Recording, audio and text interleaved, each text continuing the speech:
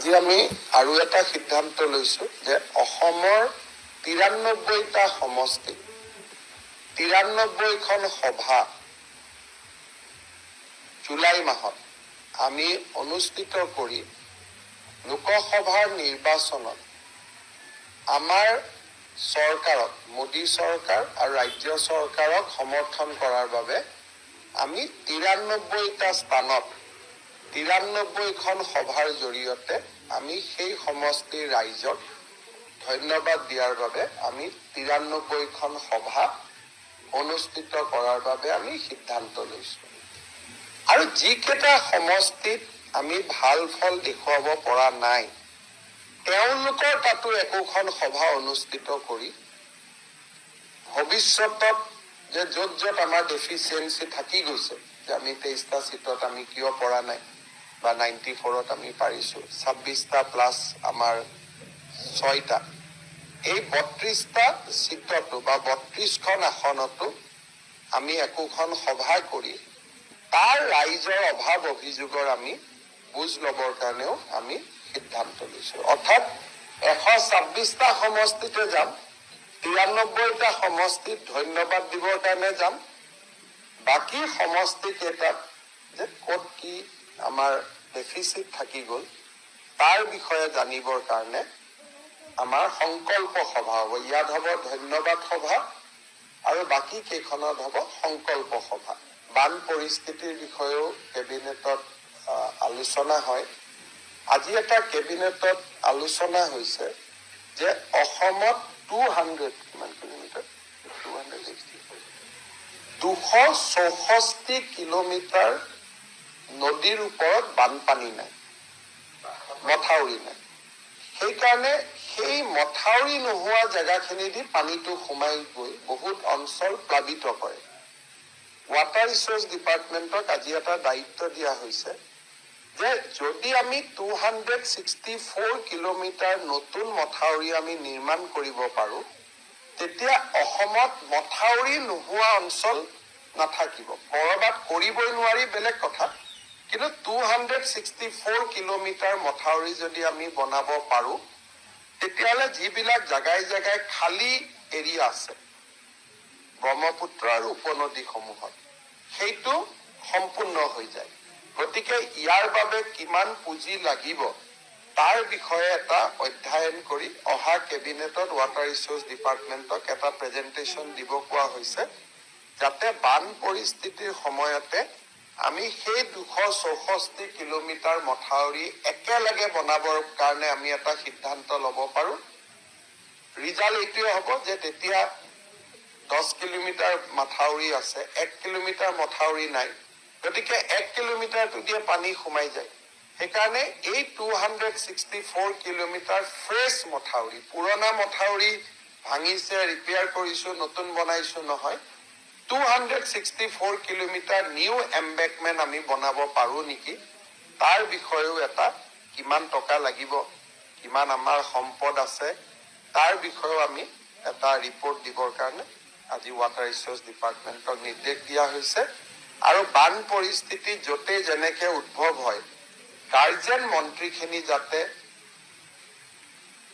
ততাতয়াকৈ সেই জিলাখনত উপস্থিত হৈ ৰাইজক সহায় কৰিব পাৰে তাৰ বাবে আমি নিৰ্দেশ দিছোঁ। এতিয়া চাওক, মই সদায় কওঁ যে বদৰুদ্দিন আজমল এটা ৰূপক। আমাৰ কাৰণে বদৰুদ্দিন আজমল আৰু ৰকিবুল হুছেইন এজনেই ব্যক্তি, আমাৰ কাৰণে দুজন ব্যক্তি নহয়। কাৰণ যিটো ৰাজনীতি বদৰুদ্দিন আজমলে কৰে একেটা ৰাজনীতি আন নেতাসকলে একেটা ৰাজনীতিয়ে কৰে। এইবাৰ ইলেকশ্যনত 10 লাখ ভোটত ধুবুৰীত কংগ্ৰেছ দলৰ বিজয়ে এটা অশনি সংকট কঢ়িয়াই আনিছে যে মানুহ কিমান সাম্প্ৰদায়িক হ'ব পাৰে। আপোনালোকে যদি যিকোনো হিন্দু পুলিং বুথত যায়, যোৰহাট তাৰ প্ৰমাণ যে হিন্দু মানুহে বিজেপিকো দিছে, হিন্দু মানুহে কংগ্ৰেছকো দিছে। তাৰমানে যিটো আমাক কৈ থকা হয় যে সাম্প্ৰদায়িকতাবাদী বিজেপিয়ে কৰে, এইবাৰ ইলেকশ্যনত তাৰ ৰিভাৰ্চ ৰূপটো আপোনালোকে দেখা পালে যে মুছলিম চিট এটা তাতে এটাও বিজেপিয়ে ভোট পোৱা নাই।